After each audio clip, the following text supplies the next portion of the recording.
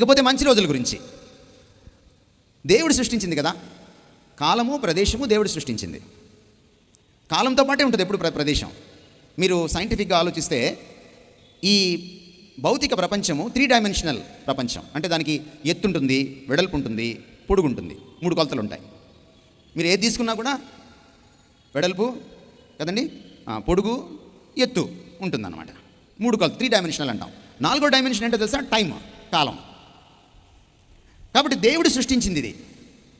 దేవుడు తన సృష్టినంతటిని చూస్తే ఎలా కనపడింది ఆయనకి? చాలా మంచిదిగా కాదు, సృష్టి యావత్తు. యావత్ అంటే మీరు అయ్యాలో యాకి యావత్ అనుకుంటున్నారేమో, కాదు. సృష్టి మొత్తం ఆయనకు మంచిదిగా కనపడింది. మీరు ప్రతిదినాన్ని ఆయనే సృష్టించాడు. ప్రతిదినం కూడా మీకు మంచిది మంచిది మంచిది మంచిదని రాయబడింది.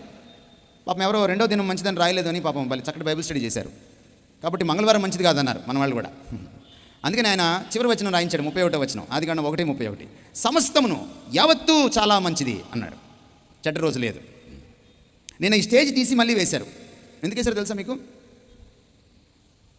ఈ స్టేజ్ తీసి మళ్ళీ వేశారు జడ్సన్ గారు, చాలా శ్రమ కోర్చి. నేను కొంచెం ఆలస్యమైంది కూడా మనకి మీటింగ్.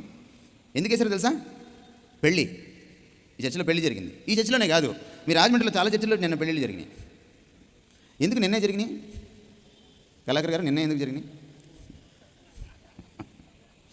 మీరు క్రైస్తవులు ఎట్లా అవుతారు? చర్చిలో పెళ్లి చేసుకుంటే క్రైస్తవులు ఎవరు? మీరేమో పూజారి దగ్గరికి వెళ్ళి ముహూర్తం పెట్టించుకొని ఈ పూజారి దగ్గరికి వచ్చి పెళ్లి చేయించుకుంటారు. వేషధారణ కదా ఇది.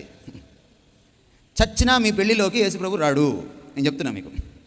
మీరు వాస్తు పాటించి పాస్టర్ గారిని పిలిచి మీరు ప్రార్థన పెట్టుకున్నా చచ్చినా మీ ఇంట్లోకి యేసుప్రభు రాడు.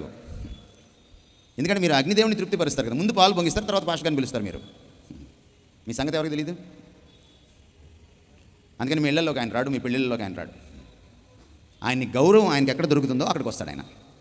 ఇకాబోదు మాట మీరు విన్నారా? దేవుని మహిమ విడిచి వెళ్ళిపోయింది. ఎందుకని? ఆయనకు అవమానం జరిగినప్పుడు. మీరు ప్రకటన గ్రంథం 3వ అధ్యాయం 20వ వచనం మీరు చదివి, నేను తలుపు ఎద్దు నుండి తట్టుచున్నాను. ఏ తలుపు అది? చాలామంది హృదయం అనుకున్నారు. కాదు, చర్చి బయటికి వెళ్ళిపోయాడు ఆయన. ఎందుకంటే చర్చిలో నానా కచ్చిరా జరుగుతోంది. మీరు బాగుపడేదాకా నేను చర్చి బయటే ఉంటానన్నాడు ఆయన.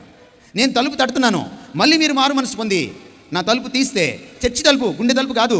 మీరు చదువుకోండి ప్రకటన గ్రంథం, ఇంటికి వెళ్ళిన 3వ అధ్యాయం. నేను లోపలికి వస్తానన్నాడు.